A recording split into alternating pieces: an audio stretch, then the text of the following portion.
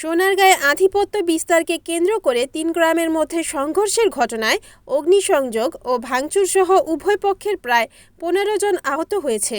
বুধবার বিকেলে উপজেলার পিরোজপুর ইউনিয়নের পাচানি, খাসিরগাঁও ও ছোট কোরবানপুর গ্রামবাসীর মধ্যে দেশীয় অস্ত্র টেটা নিয়ে সংঘর্ষ জড়িয়ে পড়ে। দুপক্ষের মধ্যে আধিপত্য বিস্তারকে কেন্দ্র করে সংঘর্ষের ঘটনায় উভয় পক্ষের ১৫ জন আহত হয়েছে। এ সময় বাড়িঘর, দোকানে হামলা, ভাঙচুর ও অগ্নিসংযোগের ঘটনা ঘটে। আহতদের উদ্ধার করে সোনারগাঁ উপজেলা স্বাস্থ্য কমপ্লেক্স ও ঢাকা মেডিকেল কলেজ হাসপাতালে ভর্তি করা হয়েছে।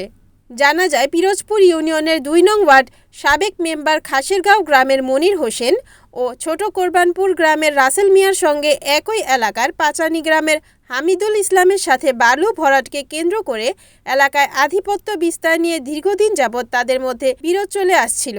তুচ্ছ ঘটনাকে কেন্দ্র করে এই সংঘর্ষের ঘটনা ঘটে। সোনারগাঁ থানার অফিসার ইনচার্জ মহিবুল্লাহ জানান, আধিপত্য বিস্তার নিয়ে গ্রামবাসীর মধ্যে সংঘর্ষের খবর পেয়ে পুলিশ ও সেনাবাহিনী ঘটনাস্থলে পরিস্থিতি নিয়ন্ত্রণে আনে। এখনও কাউকে আটক করা হয়নি।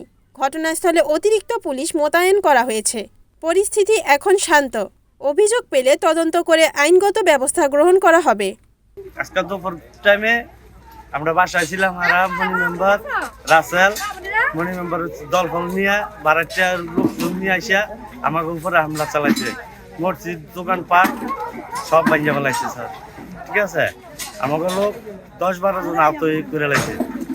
আগুন দিছে তো দেখতেছেন। ঠিক আছে, এটি ডাকাত দল, মাদক ব্যবসায়ী মনির। ঠিক আছে, এই সোনারগাঁর শর্মাট মাদক ব্যবসায়ী মনির মেম্বার, সে লোকজন নিয়ে এসে ডাকাতের দল আসে।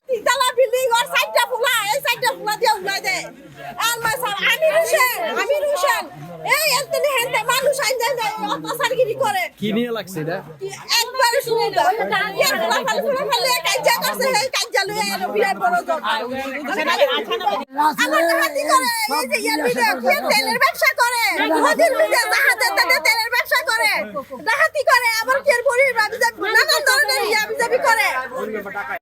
রিপোর্ট খন্দকার সোহাগ, NNTV, নারায়ণগঞ্জ।